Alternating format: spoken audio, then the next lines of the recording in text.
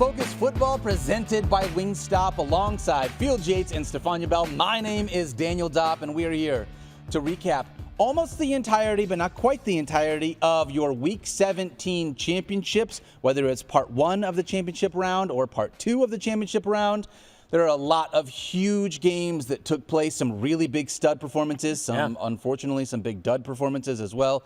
But like we do on every single Monday, we're going to dive into a bunch of these different performances.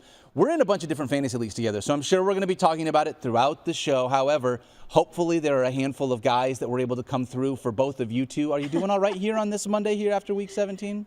No. Okay, well. No, I am here for all the people who are completely frustrated with Week 17, who you started, the teams that brought you to the big dance, and nobody showed up. I wonder which side of the coin you're on, They all turned into the Stephania. pumpkin at the end of, Yes, Cinderella. okay. Like that was me. Glass slipper, the whole thing. That did not happen. There's a saying, and you guys, we all sit in the war room for most of the Sundays during the NFL regular season, and you guys can attest to this. There's probably nobody who is more passionate and intense regarding fantasy football than Adam Schefter. Yep. Who tells me often, it's one of his favorite refrains, and I think this is the day in which you are most reminded of it. Fantasy football means nothing and it means everything. Right? Like, regardless of your championship tomorrow, we're all so fortunate to get the opportunity to continue to do what we do. So whether you win, if your season does end in Week 17, because we know that the default setting for ESPN.com is Week 18. So there are certainly a lot of people out there that are saying, hey, I might be down or I might be up, but the job is far from finished. That being said, for those that play in a league that concludes in Week 17, you wake up tomorrow, you win, it's great. Maybe you get some money, maybe you don't. It does not materially change your life, though.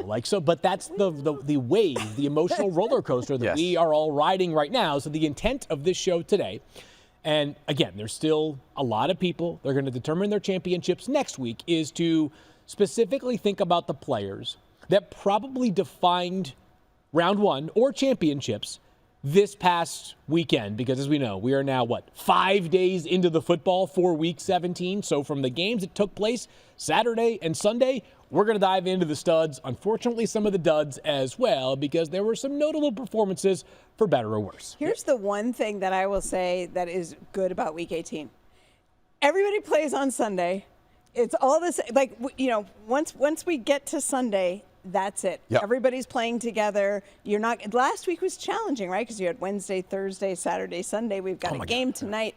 And now this week, everybody's together. Peace and quiet, I know. So you know when to set your lineup. You're gonna get it all over with in one day. In one day, exactly. You'll have all the answers by next Sunday. All right. That's right. Like we always do, let's start this off with some stars and studs here from Week 17. If you wanted to win your playoff matchup, you should have just started Joe Burrow and T. Higgins. Oh, my God. It's just ridiculous. What an absurd performance for them. And so this was a great game on Saturday afternoon, the best of those 3 games on Saturday's slate, probably by far, I should say. They end up winning this game in overtime, does Cincinnati. And you kind of always feel like one Bengals wide receiver is bound to go off. More often than not, it's Jamar Chase, who, by the way, was fine, right? He got you over 19 fantasy points, which by, I guess, his own standards this year is fine, right? But it's a great performance for most every player. But T. Higgins was incredible, guys. 11 catches, 131 yards, 3 receiving touchdowns, including the game winner in overtime. And what was interesting about that, and really good for fantasy purposes, is that was the 3rd possession of overtime. And as you guys know, once each team has the ball at least once, it becomes sudden death.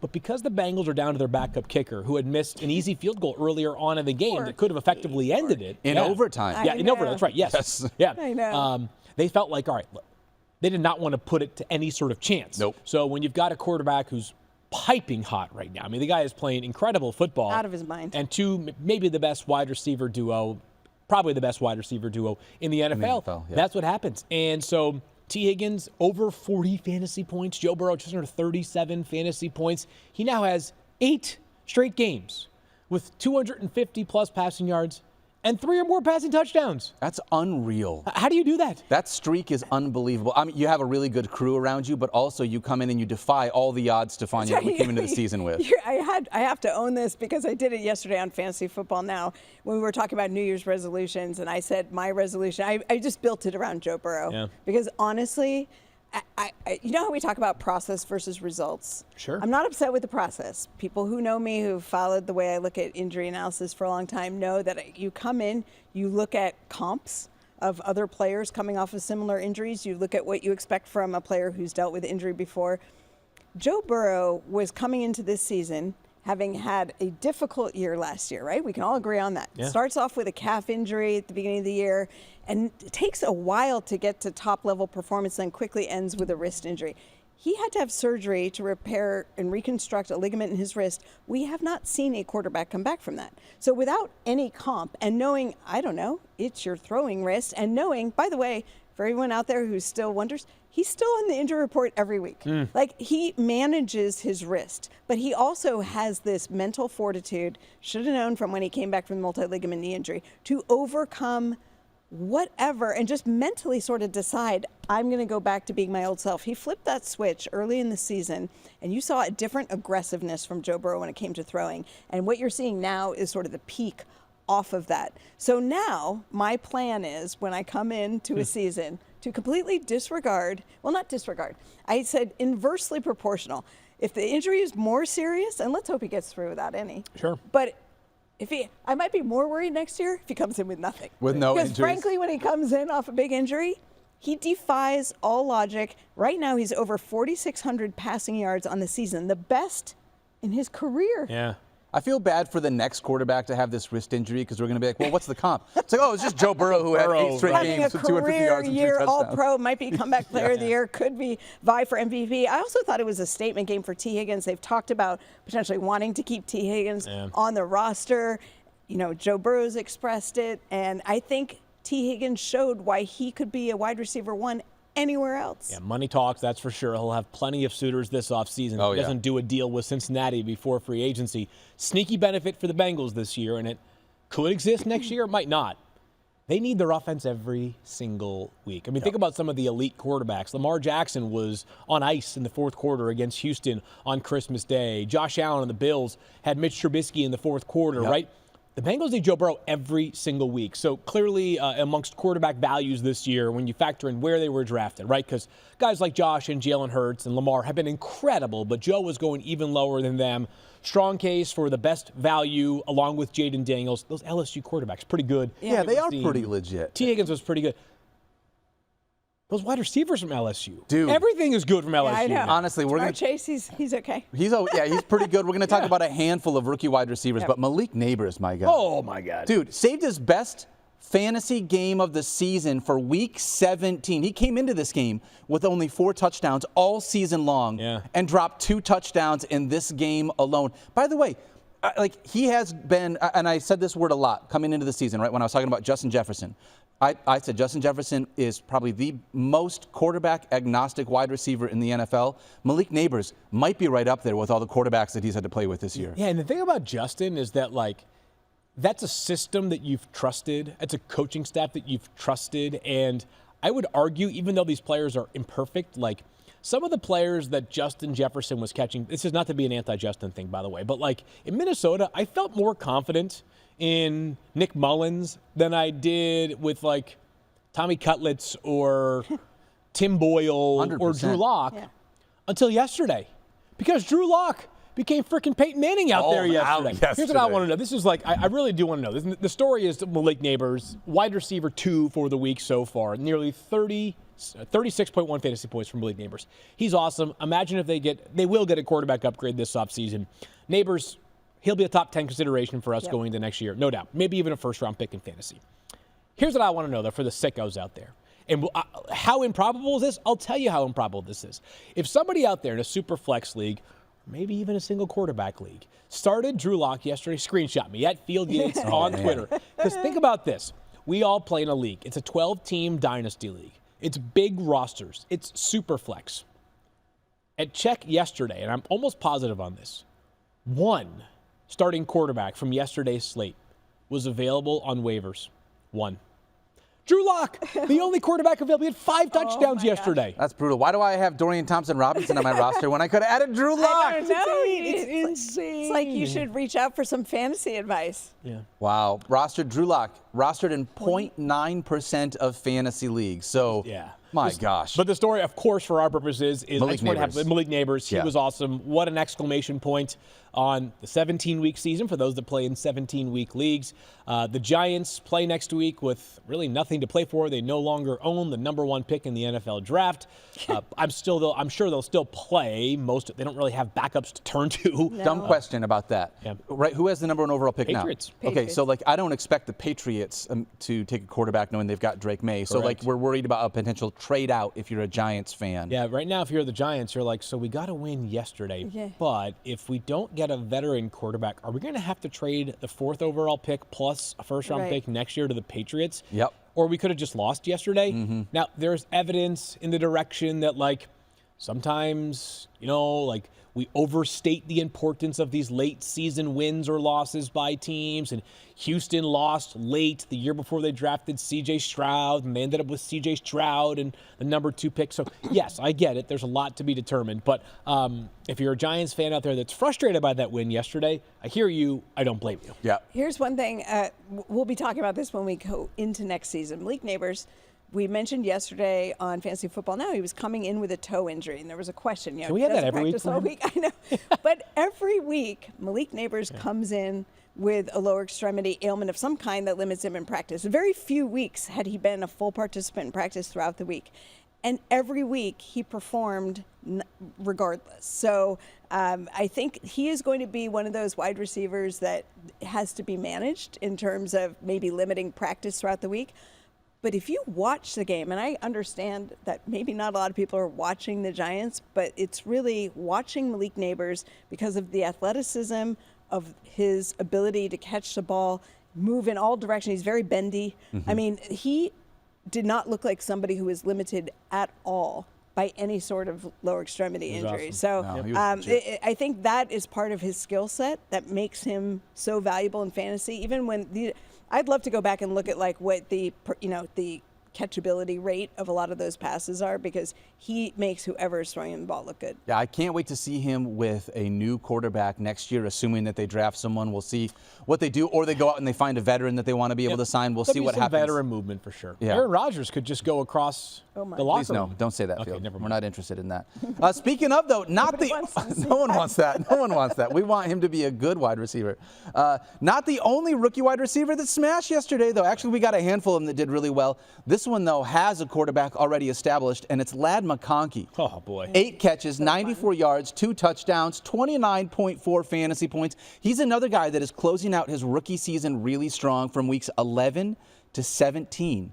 He's averaging 19 fantasy points per game. This dude has crushed it. He's so good, man. He's just so good. And 12th on the season right now in fantasy points. 12th 12th. among wide receivers. For a and guy, with a yeah. rough start. Rough start, been banged up, missed a game as well. Lad, just a superstar, and he's just so great. And, there's a chance this offseason that the Chargers go wide receiver hunting. There's still probably a body short there. They tried to claim Deontay Johnson off of waivers last week.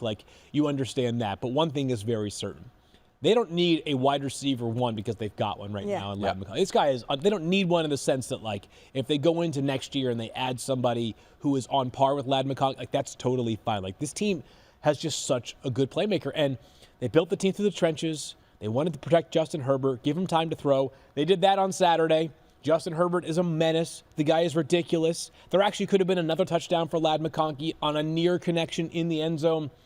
We talked about at the beginning of the season how run-heavy this offense was. And to be clear, it was pretty darn run-heavy. Justin Herbert has been far more aggressive. I should say that differently. Greg Roman, the offensive coordinator, has been way more aggressive. It's worked out really, really well. And yes, they're limited, so it's not like they have a bunch of guys competing for targets. But Lad was exceptional on Saturday. He completely carved up that Patriots defense. They had no answer for him whatsoever. My biggest concern is not being able to figure out the nickname for him and Justin Herbert. Is it Beauty and the Beast? Is it because Herbert is Beast, right? Best lads, yeah. Yeah, so there's got to be something there. I want to know what the internet's going to cook up for that.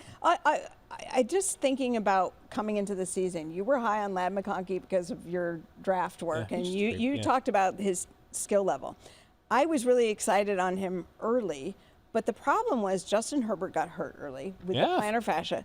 Lad McConkey had a back issue or a hip issue. You know, they weren't talking about the injuries much early. So you never saw the chemistry form. We watched that develop through the course of the season in front of our eyes. So I think if you take where they are now, to me, the discussion coming into next season, I mean, Lad McConkey's got top 10 wide receiver potential, don't you think? It's so deep that he is kind of, I think, if I had to imagine, deep, but I think the unleashing of Justin Herbert in a way that we haven't seen before. You talked about the aggressiveness, his ability, like we always knew he could scramble, but I feel like Justin Herbert is playing with a confidence level that we have not seen before. It's definitely in the conversation. Like I think at first, without like thinking about it more than 5 seconds, I think that you have to imagine the first 3 to 5 wide receivers are in some order: Jamar Chase, Justin Jefferson, Puka Nacua, Malik Nabers, and I'm probably forgetting somebody else. Very obvious right there. Not Tyreek Hill. CeeDee Lamb, Amon-Ra St. Brown.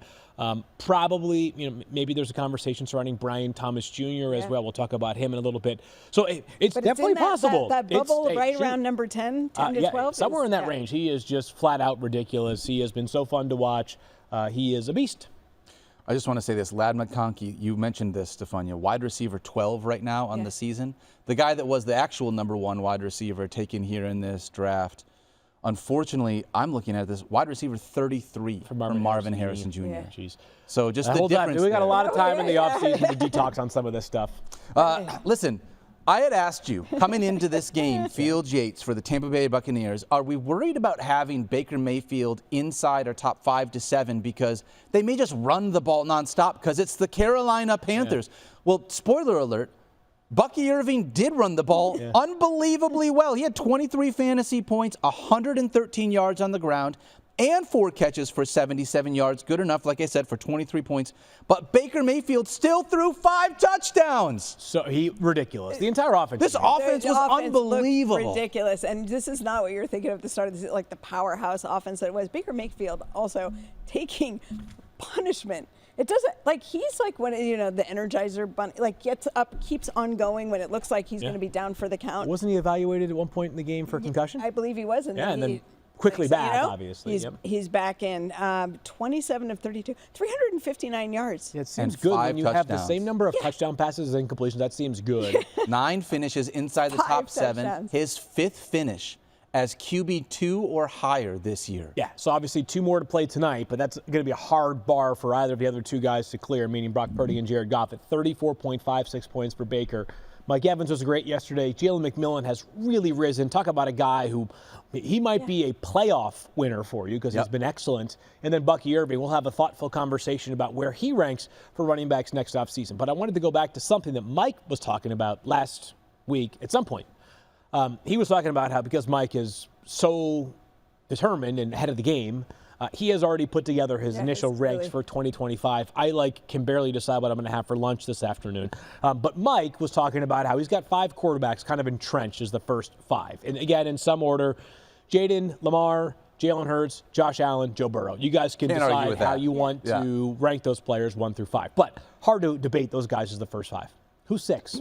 And Baker certainly has stated this case this year to be right there. And let's not forget this. Over the past 2 seasons, he leads the NFL in touchdown passes. 65 over the past 2 years. So we talk about how guys that don't run a ton, he runs some. He kind of reminds me of Joe Burrow in the sense that, he can run enough, but you're not expecting 50 yards consistently like you are with Jaden Daniels or Lamar Jackson. You have to be elite in the passing department. And over the past 2 seasons, he has been elite. So Baker Mayfield, fully expect him to be near the top of our quarterback rankings outside that top 5 going into next season. I'm very excited to see if Mike Evans can get another 1,000-yard season. We got one more week to see it. And they have a lot to play for. They got to win. Yeah, they sure do. Or the Falcons have to lose, but I'm not sure I'm counting on the Falcons to lose. Falcons? I don't think I'm counting on the Falcons to lose to the Panthers next week. No, I wouldn't think that. Well, I'll close this really quickly on the Bucs. You mentioned with Jalen McMillan, like the other rookie wide receivers that we had talked about, you've probably had them on your roster all season long. Jalen McMillan is one of those guys you may have added off of waivers somewhere in the middle of the season, 8 or 9. That was around the time we were starting directly. And then Jalen McMillan because he got hurt as well. So then Jalen McMillan was out right after he had that big game. Then he was out, and now he's come back and really closing out the season strong. 6 touchdowns over his last 4 games for Jalen McMillan. The always helpful Kevin Pulsifer reminds me, Nico Collins also in that conversation for the top 10. There you There go, are a few obviously. others as well. Obviously, A.J. Brown I didn't mention, so we can dive into a longer list. But yes, it was a great day for this Buccaneers offense, only to be surpassed by Trey McBride! It's about time! Oh my gosh, assuming that you spoke survive. it into existence. It only took till week 17. Exactly. But we did speak it into existence. After last week's 3-catch outing, which felt like an unbelievable aberration from Trey McBride, given how good he has been this year, he delivered his best fantasy game of the season as well here in week 17. 30.3 fantasy points, 12 receptions, 123 yards, and a touchdown. I'm going to say this. Since week 12, Trey McBride has the most targets and receptions amongst any player, not just tight ends, wide receivers, running backs, tight ends in the entire NFL. He also has the 7th most receiving yards amongst any player in the NFL. He's been unbelievable here down the stretch, and like I said, assuming you survive that week 16 dud, he delivered in a major way here. He really did, and we have finally a changing of the guard, because even coming into this season, there was a lot of people that still believe Travis Kelce deserved to be ranked tight end 1 or Sam Laporta. It's clear going into next year who the top 2 tight ends in rankings are going to be. And it's Brock Bowers and Trey McBride. I was going to say, it's a guy that plays in the AFC West and the NFC West. Yep. Just not Travis Kelce and not George Kittle. The AFC West is Brock Bowers. The NFC West is Trey McBride. These guys are both incredible. A monster day for Trey McBride. And I got to say, obviously it sucks that you don't score for the first 16 weeks through the air. But thank you, Arizona. You could tell they were really trying that one. Also, we had this conversation a couple of weeks ago on this show that it almost didn't matter. I mean, of course, we wanted the touchdowns, but when you saw how valuable Trey McBride was for fantasy, it almost didn't matter because the volume was so tremendous. Do you know that the average fantasy points scored for Brock Bowers per game, 15.5, average fantasy points for Trey McBride? Wow. 15.4. Huh. So the difference minus the touchdowns didn't really end up being that much. Right. Imagine if he had gotten in the end zone, how much higher that would have been, honestly. Right. Yeah, totally. He was, it was great to see. It was really great to see. Yep. Another thing that was really great to be able to see, Jonathan Taylor. He's the only guy that deserved to sit first class on the way home. Honestly. The game by the that Colts. was the most. I mean, 32 bizarre carries, and disappointing game. 125 yards, 2 touchdowns, plus 2 receptions for 11 yards. Last week, he had 39.8 fantasy points. This week, he had 27.6 fantasy points over the last 2 weeks. Most fantasy points in the entirety of fantasy football go to Jonathan Taylor. Yeah, he's certainly on the short list for best players. I know that he had the fumble the week prior, so it would have been in most leagues the first week of the playoffs. But think about how different that week could have been, too. Like, that could have been a huge week for Jonathan Taylor if he didn't have that fumble into the end zone play. So JT has been really hot for them. Obviously, no Anthony Richardson yesterday. Suggested it would be more of JT. We got that. We'll see whether Richardson plays next week or not. A team is now officially eliminated from playoff contention. Not a fantasy conversation, but completely unacceptable of the highest order loss yesterday by the Colts. What an unserious effort. This is a team that seems to kind of always be on the fringe, right? Like making a push here, and yet they don't. It's like there's no urgency. Really, that's what it felt like yesterday. Like, meh, no urgency. And like they do some good things, right? Like last year, I was impressed by the way that they acquitted themselves with Gardner Minshew. Yeah, and yet, do they win playoff games? No. Do they win the division? They don't. It's unbelievable. Like, and I think the worst place to be in the NFL is the middle. Right, like if I'm a team right now, like I'd rather be, and I know that's hard to hear right now, right? There are teams that are probably like, God, that sucks, but like I understand that the Giants are like, the Giants are like exactly, but right, after yesterday, like I think Giants fans are more pissed off about winning yesterday than they are.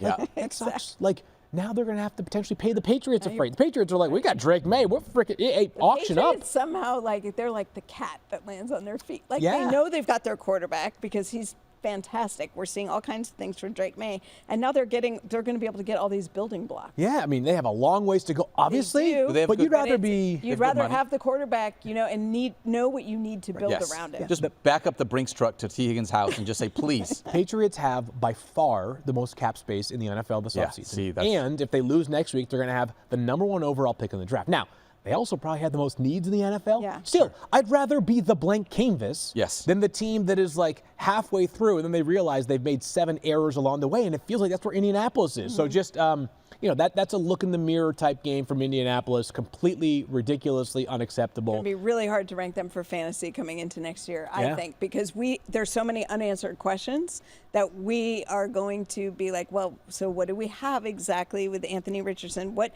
and also, who's running the show? Because that to me is going to dictate a lot of how we feel about what the players are going to potentially offer. Agree. I felt like Alec Pierce came on really well in the last couple of games, and I think he's matured within the NFL as a receiver. But it's hard to know with Michael Pittman and Josh Downs and some of the injury situations and then the fluctuations at quarterback.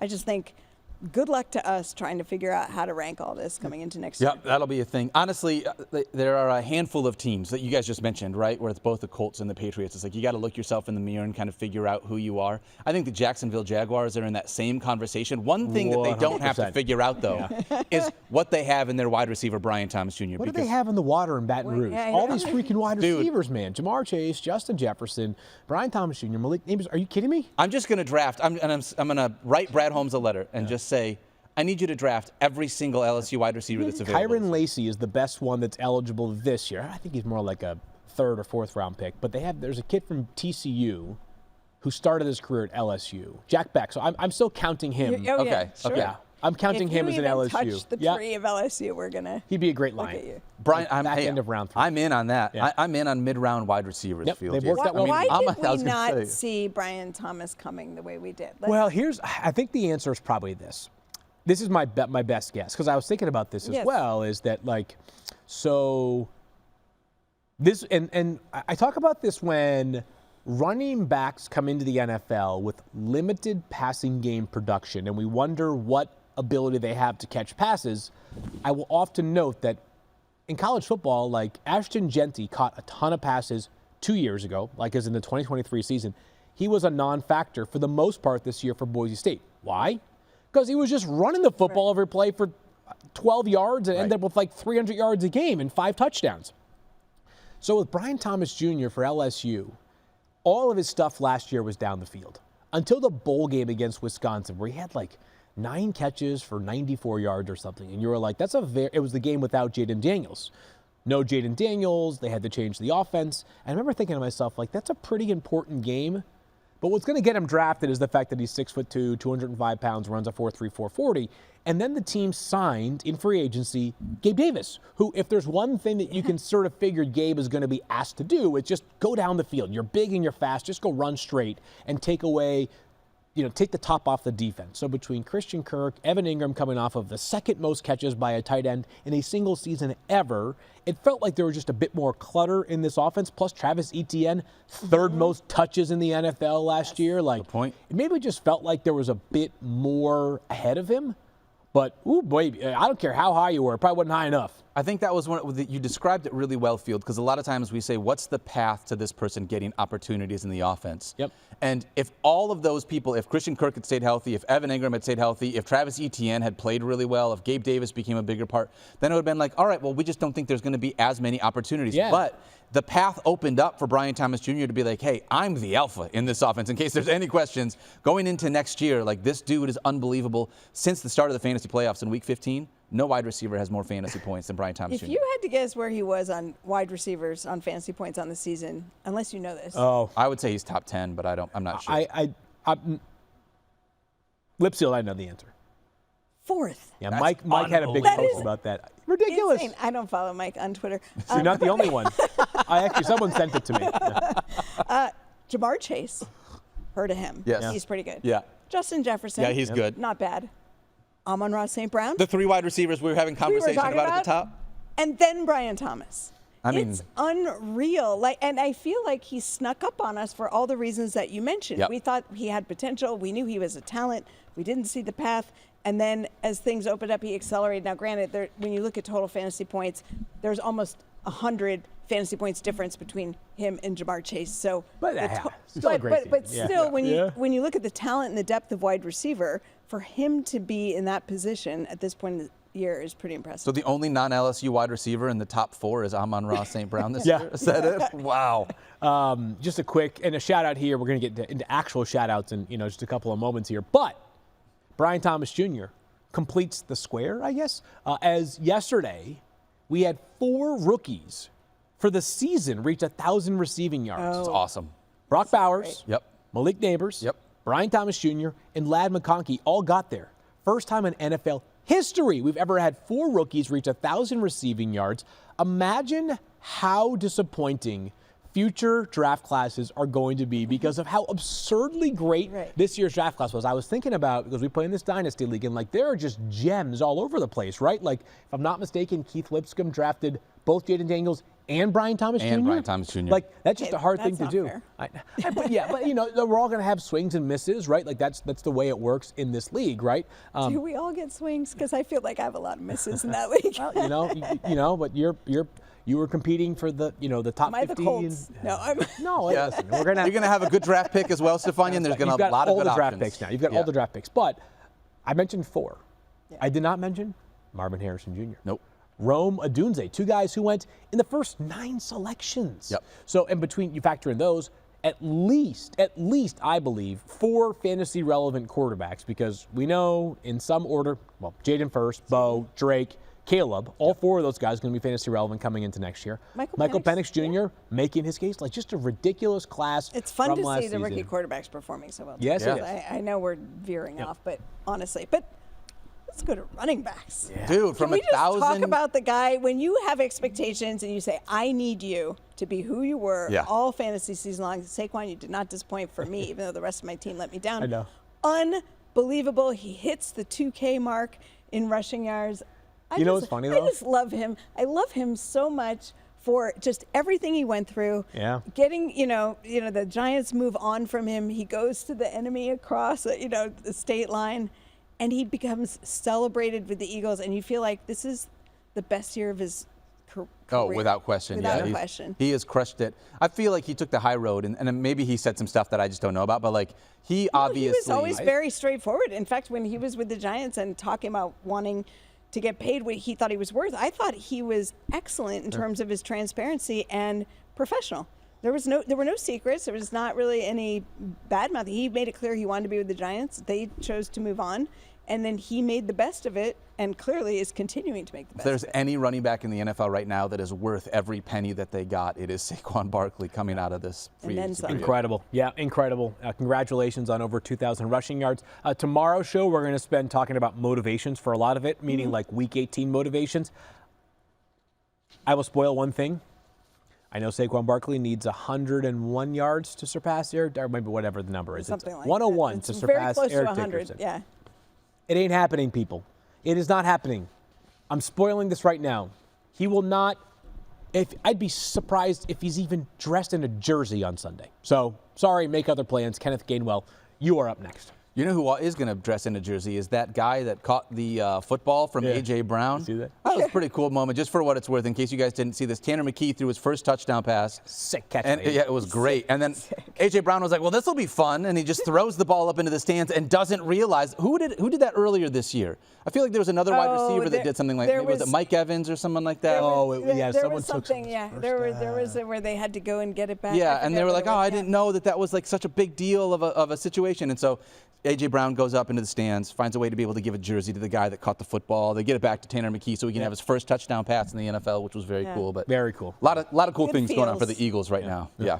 Pretty good. All right, let's dive into a couple of shout-outs. Field Yates, we're not done with the Philadelphia Eagles. We're not. As Devontae Smith was like, no Jalen Hurts, and then no Kenny Pickett, no problem, as most of his production came with Kenny Pickett on the field. But 6 catches, 120 yards, 2 touchdowns for Devontae Smith. And by the way, that was 1 foot away from being 6 catches for 121 yards and 3 touchdowns, as there was a play on the field that was ruled a touchdown. It turned out Devontae Smith's elbow was clearly down by like a half a yard. And then Saquon, oh wait, never mind.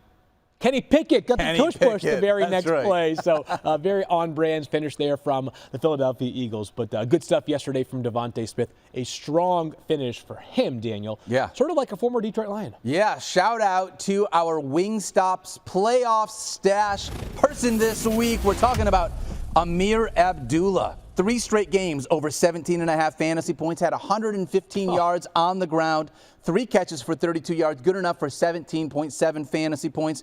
He's had at least 3 receptions in 3 straight games. If you've had to utilize him here down the playoff stretch to be able to have a running back that you need or a flex play, he has absolutely crushed it. By the way, first 100-yard rushing game of his career. How about that? That's Former unbelievable. second-round pick. Former second-round pick of my Detroit Lions. I loved being able to watch Amir when he was in Detroit, so very excited to be able to have him. He's and good. a great playoff stash if you need someone potentially in Week 18, because They're I know playing. the Raiders don't have anything to play for, but they are playing for heart and pride right now. That is exactly what's Clearly happening. I was gonna say, they've are. won And you 2 know straight. how I feel about these veteran running backs, and I love seeing the older guys get their chance. Well, here's another older guy who shined during your fantasy championship week, Adam Thielen. Crushed it. Who, by the way, was coming in listed with a hamstring injury, and I was concerned because, after all, he was out 8 weeks with a significant hamstring injury this year, and then came back to essentially dominate the Panthers wide receiver core and has been healthy ever since. Yesterday, he has 5 catches for 110 yards and 2 touchdowns. It was the first multi-touchdown performance for him this season. He led the team in receptions and receiving yards. The game doesn't have to be pretty. The outcome doesn't have to be good for just one guy to shine, and that was Adam Thielen yesterday. Yeah, he was great. I think my favorite play over the past couple of days of football was the Bo Nix throw to Marvin Mims Jr. Oh, at the for end of the 50 game. plus yards, because that was a unbelievable. freaking rope. I think this was the earlier play. Oh, the earlier in one? game. Okay. But just an absolute dime. Bo has had, and there's been a lot of, I think, thoughtful discourse about Bo and how a lot of his passing is, short to intermediate passing game, but he's had a couple of just seeds that have been amongst the best throws in all of the NFL. You guys remember on Monday Night Football a few weeks ago against the Browns, he has like that 92-yard touchdown pass, I believe, to Marvin Mims Jr. as well. But Marvin Mims, this past Saturday, 8 catches, 103 yards, 2 touchdowns, over 30 fantasy points, currently at wide receiver 3 for the week.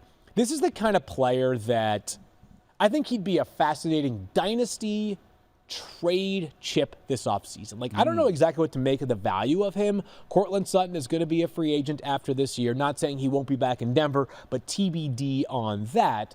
But Mims is too talented to not play more consistently for Denver. He's also not the typical archetype body-wise that makes you think like he's going to be an every-down true wide receiver 1.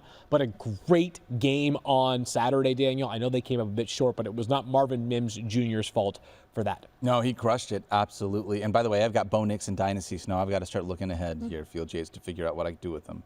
Because we also need him to be able to have some more pass catchers as well, not just Yeah, we do. Mims, Yeah, so. they'll be hunting this offseason. Hey, shout out to some Colts pass catchers. I thought this week if one of them was going to smash, it was going to be Josh Downs.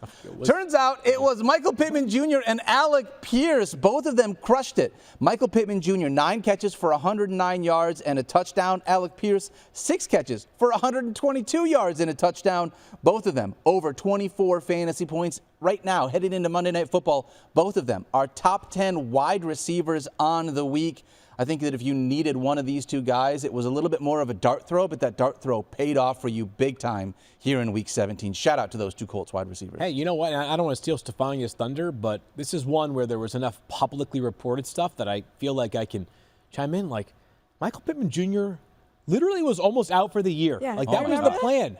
And then he was like, you know what? I think I'm going to grind through it. Like, he's got a messed up back that every week he's on the injury report, and I don't know. I don't know for a fact, but like at some point, I'm sure after this season is either going to be a lengthy rehab process or I don't know about surgery or whatever. But this guy grinding it out, and I feel really bad for Michael Pittman Jr. because this season for the team has obviously been disappointing, but for a guy who just soaked up targets last year, the offense changed dramatically. Nobody's had to sacrifice more than him.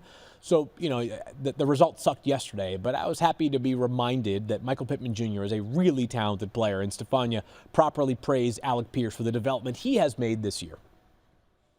Stephania, we got one more. You want to throw to one more shout out here before we talk about some duds? It pains me deeply to give any love to anyone else in the NFC West, who, besides a 49er, but I have to acknowledge Puka Nacua, who missed 6 weeks this year with a PCL injury, and we didn't really know what we were going to get when he came back. Well, he has been nothing short of phenomenal. Clearly, Matthew Stafford's preferred target. Anyone who has Cooper Kupp on a roster knows this. But Puka Nacua, even in last week's game, it was not really pretty against the Cardinals, not a ton of offense, but he managed to get over 100 yards receiving for the 5th time in the 10 games he's been back since his injury. 10 catches for 129 yards to the tune of 22.9 fantasy points. Puka Nacua, clearly the star receiver on the Rams, and I think he's the future number one. Before we were talking about balance, which Nacua, Kupp, kind of the shared role. Yeah. I think, unfortunately, the last few weeks, fortunately, if you have Puka Nacua on your roster, but if you had Cooper Kupp, we'll talk about him in a minute on the duds. Yeah. But geez, Puka, just again, that little tiny sphere of players that enter the conversation for 101 next year, which I was thinking about this last night during the Falcons-Commanders game because Bijan was once again outstanding, although much of it came in the first half.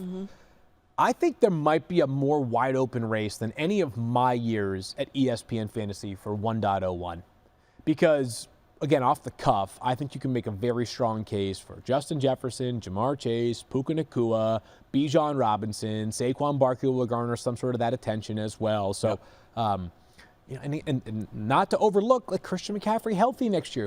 If he can stay on the field, there's evidence that he is the best player in fantasy. Obviously, he has dealt with injuries this year and prior, but McCaffrey in the years in which you're kind of off the scent has proven to be amongst the very best players in all of fantasy. Puka was great last night. Let's get into the duds, though, Daniel. Let's talk about some duds. Yikes, there were some bad ones, and I'm not sure there was anything I don't even think our list worse. is long enough. It's not. There were a Because there handful were of really so tough many. ones. Let's start with the Jets. I'm bitter. Oh, my gosh. Oh, boy. Aaron Rodgers was about as awful as you could Terrible. be, and it impacted everyone else. He was sitting at 499 touchdown passes. And then his team was basically down by 40 points. He gets benched, still doesn't throw a touchdown punch. He didn't get benched. Took himself out. He took himself out. Oh, you love it when players do that. Love when the players He kind of went to, just the context for those that missed what Yes. Stephania is referring to. Go ahead. He just basically, if it's 40-0 and the coach, Jeff Ulbrich, he's sort of like, is it worth getting Tyrod some reps here, right? And what does Tyrod do? He throws Immediately touchdown comes in and passes, throws 2 touchdown passes. And, the defense had changed at that point. The Bills were not going to let Aaron Rodgers get any easy ones off there. And not that Rodgers was started in single quarterback leagues, but definitely as super flex leagues. Somebody who made that decision myself. Yikes. Brutal. When you get less than 1 fantasy point. Just ridiculous. So, the final numbers are 112 passing yards and 2 interceptions for Aaron Rodgers. No touchdowns, obviously. And it impacted everybody, as Daniel said. Yeah. So, Devontae Adams did actually stay in the game for a bit after Aaron Rodgers, but he ends up with 5 catches, 47 yards, 9.7 points. Devontae has been up and down this season to a degree and injured and all that, but multiple teams. But he has been so hot recently that you came into, by the time all the players had been removed from the first 6 games of the slate, Devontae in our panel rankings yesterday for FF Now, I think was wide receiver 1 or wide receiver 2 for the Sunday and Monday games left over. He was not that based off what happened yesterday. No. Breece Hall. That's an interesting one going into next season It's as well. going to be a tough one to feel for figure him. out. Yeah, and obviously he's dealt with a lot of injuries, and you hope that he is healthier going into next year. The team made an investment in 2 young backs, though. They look pretty good. I hope I'm really wrong on this, but I wonder if the peak of Breece's value was the end of last season. Just because he had the backfield largely to himself. He was catching a zillion passes because they couldn't do anything. Do the Jets need him to be that kind of player in future years if they have Braylon Allen and Isaiah Davis there as well? I hope I'm premature in suggesting that. That's what I would say. Well, I think the reason we don't have a good answer on this, well, there are a lot, obviously. It's very complicated over there. But do you remember the start of he was not being utilized. He was not carrying the ball at all. Yeah. And he was just not even part of the offense. Sometimes he wasn't getting touches. He was going stretches without touching the ball. So it's not as much of a Breece Hall performance issue, I don't believe, as it is the context of what that entire offense looks like and where he fits in as far as a role. The other thing that's unusual for Breece Hall, he had the ACL injury in his rookie season, right? He comes out with a bang as a rookie and then gets injured, I think it was week 8, tears his ACL. And so the expectations going into year 2 are you never really reach your full potential in that first year back, right? It's going to take a while. The Jets slow played him starting, which was the smart thing to do, but he accelerated very quickly into this incredible, he was the star of the offense, you could argue. And as a pass catcher, we really didn't see the heavy running volume until late in the season, but he finished the year as an outstanding running back, carrying the ball, showing that he could do it on the ground. So I think we came into this season thinking, okay, you already proved you can come back from the ACL. You're even better second year. We know you can run. We know you can catch. He's going to be the focal point of the offense. And it just took like a 90-degree turn, and we never saw it. So I almost don't know how to package what we saw this year into any sort of meaningful shape for projecting into next season. I am so interested to see what Coach GM Aaron Rodgers does next season. By the way, I'm going to be this person.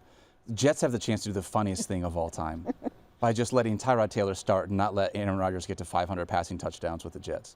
You mean it's possible?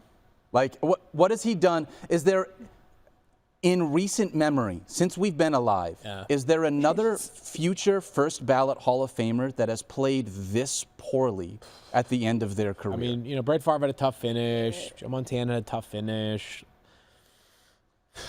Maybe it's because I'm a little bit younger, but this just feels awful because I feel like I saw him with Garrett Wilson, who is an unbelievable talent. Breece Hall, who we know is so good at what he does. The defense is a good defense, and he brought over his best friend in Devontae Adams, still had Allen Lazard, and it just felt like there were excuses after excuses. It's going to be this Jets team from a not just like a fantasy perspective, but like a real NFL perspective, going to be very interesting going into this offseason, and how's that going to impact our game coming into 2025 based on the moves that they make. So going to be very interesting to see. Let's move on from the Jets because no one wants to talk about him anymore. Any longer, we are contractually obligated to bring in Dan Graziano to be a part of the conversation. Every day for now until the next season. Stephania, James Conner unfortunately left this game a little bit early. I know he came in banged up, but this was one of the things that we talked about, right? This is a guy that likely wanted to be able to come in and play if he could give it a go. Still left early, unfortunately. Okay, so you know how I talked about process versus results again? Yep. Go back. Process was correct as far as I'm concerned. We looked at the fact that last week, week 16, James Conner injures his knee. If you saw when he got tackled, sort of twisted, and a quick hyperextension. You see his knee like, boop, it pops backwards. After a hyperextension injury, you can get a lot of things. You can get structural damage, the backside of the knee usually, more severe ones. It can be more complicated. You can get bone bruising. You can get all kinds of things that would cause you to have to sit out, even if it's not a major knee injury, but things that would make you say you can't function 100%, you're not mobile enough, you worry about the risk of aggravation, all of those things. The Cardinals put that to rest pretty quickly because James Conner did not miss practice time. Like it was controlled practice, but he was back out there. He was wearing a sleeve on his leg, which you would expect after a hyperextension.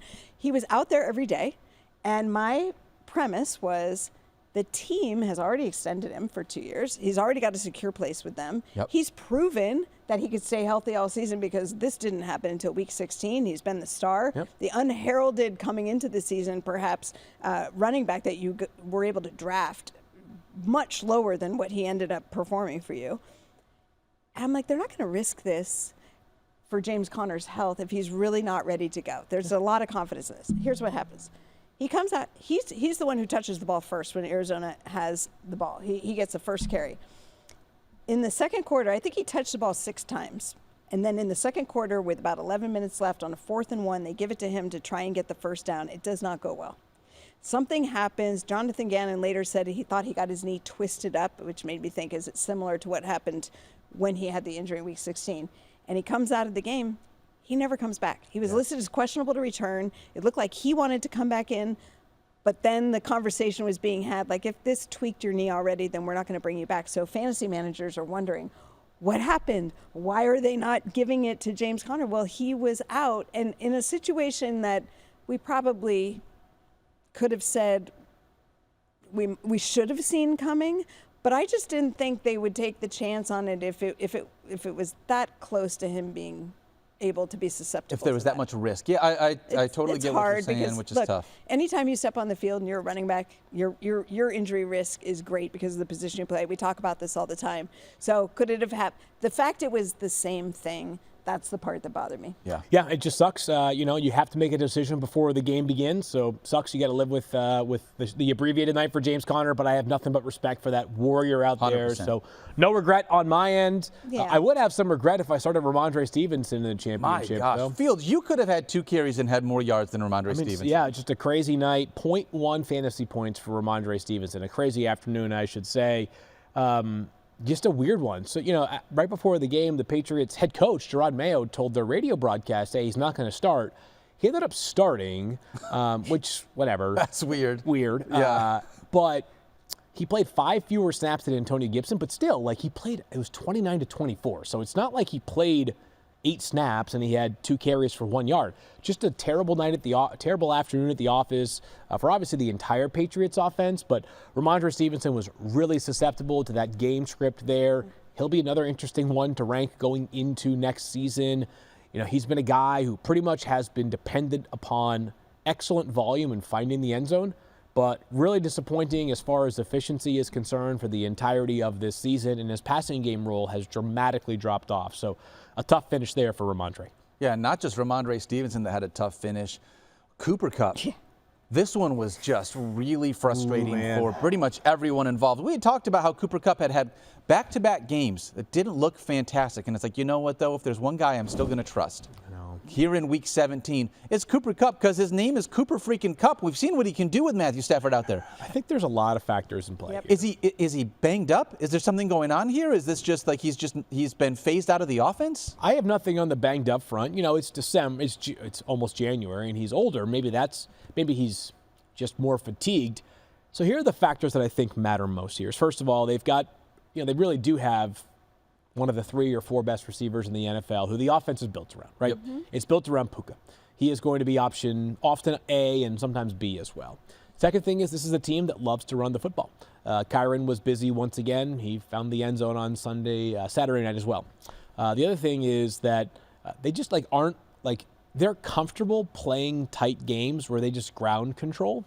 And then I'd say maybe the last thing here is, Father Time is real, right? Yeah. And I'm not saying that Cooper Kupp is out there moving at a glacial pace, but, he's certainly not moving at the same speed that he was just a few years ago. He misses time early in the season with the ankle sprain, right? Yep. But he has not been on the injury report for the last half of the season at all. Yeah. Not there, so nothing to see there. Week 14 against Buffalo, 5 for 92 and a touchdown. Yeah. Yep. And then 0 for 0 for 0. Right, so it doesn't make sense. It's not like we saw this progressive drop-off. He had a really strong game against Buffalo. That was a weird game. Obviously all the points, a lot of things going on in that game. But then total donut against San Francisco, which is weird to me. Part of the rain, yeah. Yeah, and then the Jets, 3 for 24. Yeah. And then this last week, 1 for 29. It's so confusing because you mentioned him coming back, right? I'm gonna give some more numbers here, but you mentioned him coming back from that injury. When he came back in Week 8, 16.1 fantasy points, then 21.4 fantasy points. That's what I mean. Then 15, then 28.6, then 20. And then it's like his production just fell off a cliff, and if he's not hurt, it's like he came back from that injury, showed that he can still be the Cooper Kupp that he was already in this offense, and just stopped producing in this offense when fantasy managers need him. His 3 playoff games, he didn't even top 10 fantasy points in 3 straight games combined in your fantasy playoffs. I could be way wrong here. Maybe you guys vehemently disagree. I probably just see a little less burst now. But because by the of way, that. he's in his early 30s. Yeah. This is what you expect. So he's solid, but he's not explosive. He used to be. One of the things about him was not only could he always make these crazy catches, he was just very good at being the one to win the catch, not a go up in the air and get it like DeAndre Hopkins, but if it was a wrestling match for the football, he was always going to win, and he would drag guys. Yeah. He always was getting yards after the catch. I don't know that that's there as much. I have to go back and look at that, but I don't feel like I see that as much. The other thing I think to Fields' point is that there's a lot of running going on. I still think it's going to catch up with them. Kyron Williams is seeing so much volume. I just don't totally think he's built for it. Yeah. But so when you're not throwing the ball as much and you have 2 great receivers, It's probably going to be split more. Puka has a really strong game, or Cooper Kupp has a really strong game, and rarely we're going to see the two of them thrive like they did a year ago. Yeah, I think I started to go down this path, and I'll just put a pin in this conversation here, is they are much more comfortable. Heck, they kind of embrace pitchers' duels now compared to where they were when they won the Super Bowl, right? Yeah. So you think about these last 4 games, 3 of their wins. One is that game against San Francisco in the rain. What was the final score? 13-10 or something? I don't know. We lost. Yeah, I know, but it was a low-scoring game. Super 12-6. 12-6, excuse me. The Jets, when they played 2 weeks ago, whenever that was, 19-9. Yep, 19-9. So that's 1 touchdown, 1 touchdown. Saturday, 1 touchdown. 13-9. Yeah. So they play these games where they're cool with. Again, Sean McVay is totally fine saying like, we're going to ground control the crap out of you. And be good. So and that does have a trickle-down effect on the passing attack for players not named Puka Nacua. But remember, at the start of the season, the Rams were like going to be the cellar dwellers of the NFC West. Nobody had high expectations for them. They really did not think that they were going to be able to compete. The Rams are atop the NFC West. Yeah. You know, like, it's just so to me, like maybe part of being that conservative is they're smart. I mean, boy, I props to their entire medical rehab performance training staff is so smart. If you look at, like, they're projecting out, because they've done this before. If we were looking at the postseason, how can we be smart about how we use our players? How can we be smart about how we practice? I wouldn't be surprised, because McVay has great communications with them, that it actually bleeds into how they structure the games. You know, they don't have to go out and push down the field and be super aggressive. They can play their style of play, and it's paying off for them. I want to close this out with a couple of things that, just for me personally, you guys can jump in as well, but I told my wife that, yes, it's okay to start Hunter Henry in your tight end spot. That didn't work out very well, unfortunately. 0 fantasy points there. What are you going to do? I mean, that's a tough one. It's a tight end spot. He's been really good with Drake May. Yeah. That is a classic. That's bad luck, right? Yep. That's what it is for. She had been rolling with David Njoku, who was like great as long as Jameis Winston was under center, and then Jameis, obviously, Njoku was out yesterday. Totally reasonable option to fill in with, right? Yep. So not great. Also, if you had Terry McLaurin yesterday, I'm so sorry. 1 catch. We didn't even really talk about it for Sunday Night Football, but like this was like the opposite of everything that Terry McLaurin had been all season long with Jaden Daniels. It's just a brutal one. Was he in your War Room team? Or your Scott Fishbowl League? Yeah, that's a tough one. 1.5 fantasy points, I can tell you that. Didn't feel great. 1 catch for 5 yards. Just like the connection was just off all night. And AJ he Terrell was being played well covered. I was going to say AJ Terrell played. There was one play he had where that would have been a touchdown for McLaurin, and tip of the cap to AJ Terrell. But thanks a lot for doing that in my fantasy championship week. Not great. All of us who are out there suffering. Last thing, Stephania, you and I have a game tonight. Lions taking on the 49ers. Should the wager be between us, or honestly, Field, the wager should be between you and Matthew Berry. By the way, Matthew Berry turned 39 years old yesterday. Happy birthday to our buddy. Happy perpetual 39th birthday, Matthew. Love you, buddy. Yep. So this game tonight is interesting. I think everybody who's made it this far in the show probably already knows this, but the Lions have nothing to play for tonight as far as the seeding is concerned. Regardless of whether they win, lose, or tie tonight, next week against the Vikings in Detroit will determine who has the #1 seed in the NFC. It also is within Dan Campbell's ethos to go full tilt all the time. He has said very clearly, they're playing their guys, they're playing to win tonight. He's carrying a little bit of a chip around from last year. Yep, and I think you have to take him at their word. With that. I think you have to just say, all right, that sounds, if you say so, we're doing it. So you probably don't have any pivot options here. At this point. But I think if you have Lions players in your lineup tonight, I don't think you need to be wary that, like, hey, half of a drive or half of a quarter or whatever into the game, next thing you know, hey, Teddy Bridgewater, you were signed last week and now you're in the game, or Hendon Hooker. Like, I think Jared Goff is going to play for much of the game. Now, if this game is out of hand in the fourth quarter, could they logically pull their players? Sure. But see a little more Craig Reynolds maybe, or a situation. But I'm treating this as those guys going tonight. That's how I'm treating it. I would say the same for the 49ers. You know, they are not thrilled with how the back half of the season is going. Well, frankly, how all of the season is gone. But this matters. There's pride here. It's Monday night. It's prime time.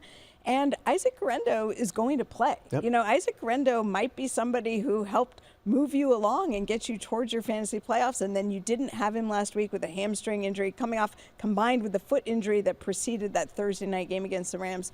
But Isaac Guerrero practiced every day, and when they took him off the injury report on Saturday, I took that as a very good sign. You know, he was coming in, no questionable tag, no game time decision. This is our starter, so I like Isaac Guerrero tonight. I like George Kittle tonight. But the 49ers are not going to, roll over on this one. They know how much it matters to the Lions, too, which also makes me think it matters. yeah. And you got captains like Fred Warner, who's been playing on a fractured ankle. And the guy's insane. Like, it matters to them to play hard. So I hope for all of us we get a really good game that's very entertaining, a lot of back and forth, and a lot of fantasy points. Do you want a wine bet on this one, Stephania? Hey. I'll never turn down a wine bet. Have we met? Yes. So let's do this. Let's do this. Yes, What do you want, though? Because you want cider. No, I would like a bottle of wine from my buddy Scotty Kirkpatrick, who's a winemaker out in Napa. If Is I Scott win, gonna make our wine exactly. Scott. Either one of us is going to win, no matter Scott, what. I got a message for you. Whoever wins, you just send us some wine. There you go. And then maybe for the loser, a consolation bottle of wine. Yeah, see, So that like it's sounds win-win. pretty good. Yeah, I think so. Fielders. That's our wager. What do you have on for tonight's game? Because Matthew's got Jared Goff and Amon-Ra St. Brown. You two are in the Dynasty League Championships. Yeah. You're up by how many points? 34. Up by 34. So he's got Jared Goff and Amon-Ra. You're up 34 with who left to play? Debo and George Kittle. Okay. So we'll see. That's a pretty strong. Feels like lead. you have a- Feels yeah. like you are in We'll good see. position. Yeah. You guys know that I Feels don't right, I not don't to count reverse chickens jinx it. before they hatch. And then in fantasy football now, we'll see. I've got a 38.8 point edge over Graz, who has Shamir Gibbs left. So we'll see. Yeah. Okay.